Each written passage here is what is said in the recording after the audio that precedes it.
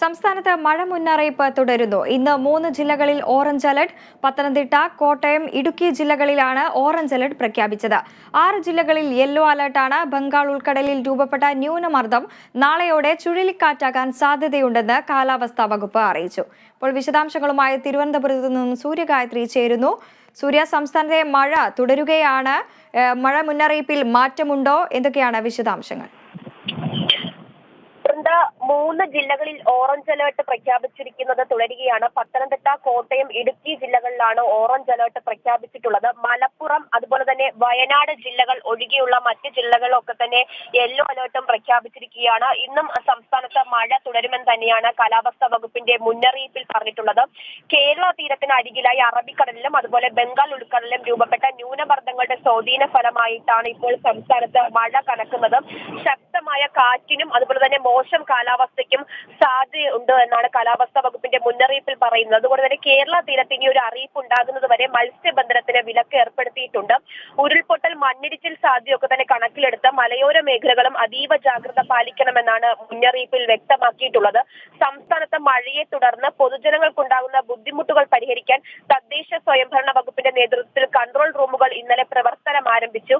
Thiruvananthapuram principal ഡയറക്ടറേറ്റിലാണ് 24 മണിക്കൂറും പ്രവർത്തിക്കുന്ന control റൂമുകൾ ആരംഭിച്ചിട്ടുള്ളത്.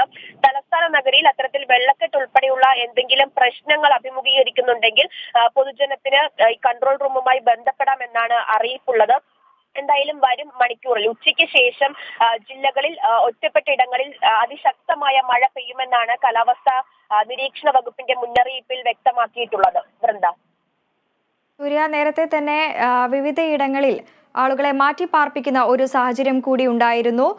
ഇവിടെയും ഇപ്പോൾ ഇവരുടെ സാഹചര്യം എങ്ങനെയാണ് തുടരുന്നത്?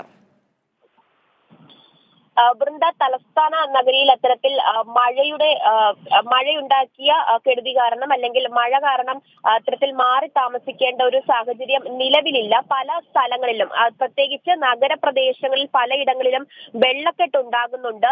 ഈ വെള്ളക്കെട്ട് ഉണ്ടായിട്ടുണ്ടെങ്കിലും വീടുകളിൽ നിന്ന് മാറി താമസിക്കാൻ ആളുകൾ ഒരുങ്ങുന്നില്ല. അത്രത്തോളം വലിയ ഒരു സാഹചര്യത്തിലേക്ക്, വലിയ പ്രശ്നത്തിലേക്ക് ഇതുവരെ പോയിട്ടില്ല. എന്തായാലും ഇത്തരത്തിൽ എവിടെയെങ്കിലും അത്തരത്തിലുള്ള പ്രതിസന്ധികൾ പൊതുജനം നേരിടുന്നുണ്ടെങ്കിൽ കൺട്രോൾ റൂമുമായി ബന്ധപ്പെടണം, അധികൃതരുമായി ബന്ധപ്പെടണം എന്ന ഒരു കാര്യമാണ് പങ്കുവച്ചിട്ടുള്ളത്. അതുപോലെ തന്നെ നഗരസഭയുമായിട്ടും ഇത്തരത്തിൽ എന്തെങ്കിലും പ്രശ്നങ്ങൾ നേരിടുന്നുണ്ടെങ്കിൽ ഉടൻ ബന്ധപ്പെടണമെന്നും മുന്നറിയിപ്പിൽ പറയുന്നുണ്ട്. എന്തായാലും രാവിലെ മുതൽ തലസ്ഥാനത്ത് വലിയ രീതിയിലുള്ള ഒരു മഴയില്ല. മഴ മാറി നിൽക്കുന്ന സാഹചര്യമാണ് ഉള്ളത്. വെള്ളക്കെട്ട് ഉണ്ടായ സ്ഥലങ്ങളിലൊക്കെ തന്നെ വെള്ളം കുറയുന്ന ഒരു സാഹചര്യമാണ് നിലവിലുള്ളത്. വലിയ പ്രശ്നങ്ങളൊന്നും നിലവിൽ തലസ്ഥാന നഗരിയിൽ ഇല്ല. ഉച്ചയ്ക്ക് ശേഷം അതിശക്തമായ മഴ ജില്ലകളിലൊക്കെ തന്നെ പെയ്യുമെന്നാണ് കാലാവസ്ഥാ വകുപ്പിന്റെ മുന്നറിയിപ്പിൽ പറഞ്ഞിട്ടുള്ളത്. അതുകൊണ്ട് തന്നെ അതീവ ജാഗ്രത പാലിക്കണമെന്നാണ് മുന്നറിയിപ്പിൽ പറഞ്ഞിട്ടുള്ളത്. ഈ മത്സ്യത്തൊഴിലാളികൾക്കും അതുപോലെ തന്നെ മലയോര മേഖലകളിൽ താമസിക്കുന്നവർക്കുമാണ് പ്രത്യേക ജാഗ്രത പാലിക്കണമെന്നൊരു നിർദ്ദേശം മുന്നറിയിപ്പിൽ വ്യക്തമാക്കിയിട്ടുള്ളത്. വൃന്ദ, വ്യക്തമാണ്. കനത്ത മഴ തുടരുന്ന സാഹചര്യത്തിൽ ജനങ്ങൾക്ക്